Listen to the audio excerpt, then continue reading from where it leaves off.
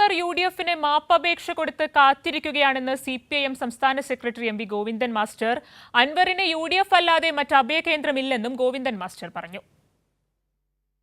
ഞങ്ങൾ മുമ്പേ പറഞ്ഞതാണ് അദ്ദേഹത്തിൻ്റെ അഭയകേന്ദ്രം അതല്ലാതെ വേറെ ഇല്ല. അതിപ്പോൾ തൃണമൂൽ കോൺഗ്രസ് എന്നോ DMK എന്നോ മറ്റേതെങ്കിലും പേര് പറഞ്ഞതുകൊണ്ട് യാതൊരു കാര്യമില്ല. ജോഷില നൽകും കൂടുതൽ വിവരങ്ങൾ. ജോഷില, ഇന്നലെയാണ് അൻവർ നിലമ്പൂർ MLA സ്ഥാനം രാജിവെച്ചത്. ഇന്നിപ്പോൾ ഗോവിന്ദൻ മാസ്റ്ററിന്റെ പ്രതികരണം വന്നിരിക്കുന്നു. UDFിന് മാപ്പപേക്ഷ കൊടുത്ത് കാത്തിരിക്കുകയാണ് അൻവർ എന്നാണ് ഗോവിന്ദൻ മാസ്റ്റർ പ്രതികരിച്ചത്. വിവരങ്ങൾ.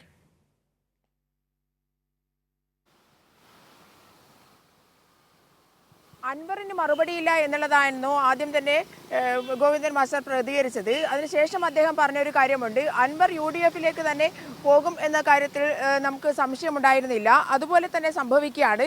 അൻവർ UDFിന് ഇപ്പോൾ മാപ്പപേക്ഷ കൊടുത്ത് കാത്തിരിക്കുകയാണെന്നും അദ്ദേഹം പറഞ്ഞു. ശശിയെയാണ് ശത്രുവായി അൻവർ ഇപ്പോൾ പ്രഖ്യാപിച്ചിരിക്കുന്നത്. എന്നാൽ താൻ UDF നേതാക്കളെ കുറിച്ച് പറഞ്ഞതിനൊക്കെ തന്നെ മാപ്പപേക്ഷയും കൊടുത്ത് കാത്തിരിക്കുകയാണ് അൻവർ ചെയ്യുന്നതെന്നും അദ്ദേഹം പറയുകയുണ്ടായി. അതുപോലെ തന്നെ നിലമ്പൂരിലെ സ്ഥാനാർത്ഥിത്വം സംബന്ധിച്ച് പിന്നീട് തീരുമാനങ്ങൾ ഉണ്ടാകും എന്നുള്ളതുമാണ് MV ഗോവിന്ദൻ മാസ്റ്റർ ഇന്ന് മാധ്യമങ്ങളോട് പറഞ്ഞത്. ജോഷ്ലയാണ് വിവരങ്ങൾ നൽകിയത്.